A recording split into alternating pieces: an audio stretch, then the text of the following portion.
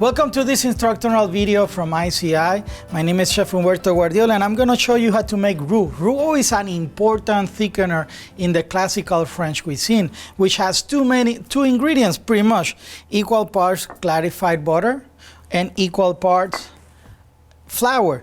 The first thing that we want to do to make roux is add our butter, and then we're going to heat it up, and then we're going to add our flour.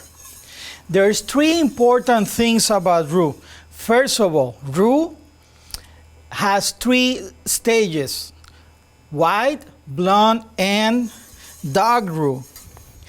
The more that we cook the roux, the less thickening power it has.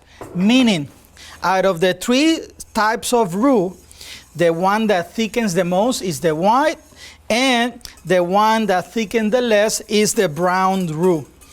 All right?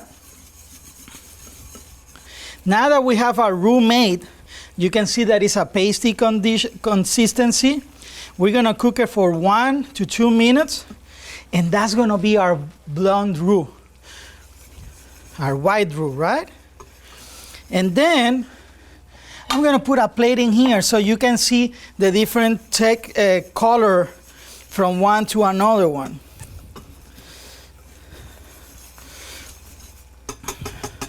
So I'm gonna take a tablespoon.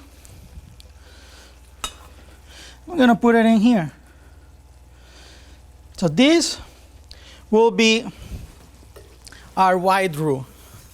We're gonna continue cooking it for 2 or 3 more minutes to have our blonde roux.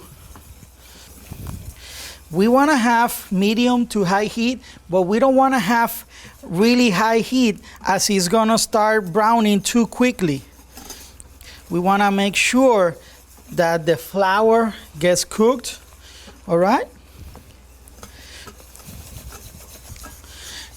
So after 3 minutes, you can see the difference in color. This will be our blonde roux. It's a little darker in color.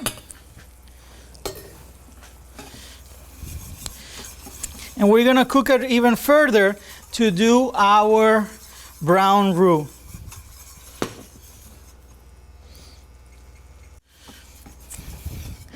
Now, this is the last type of roux that we have.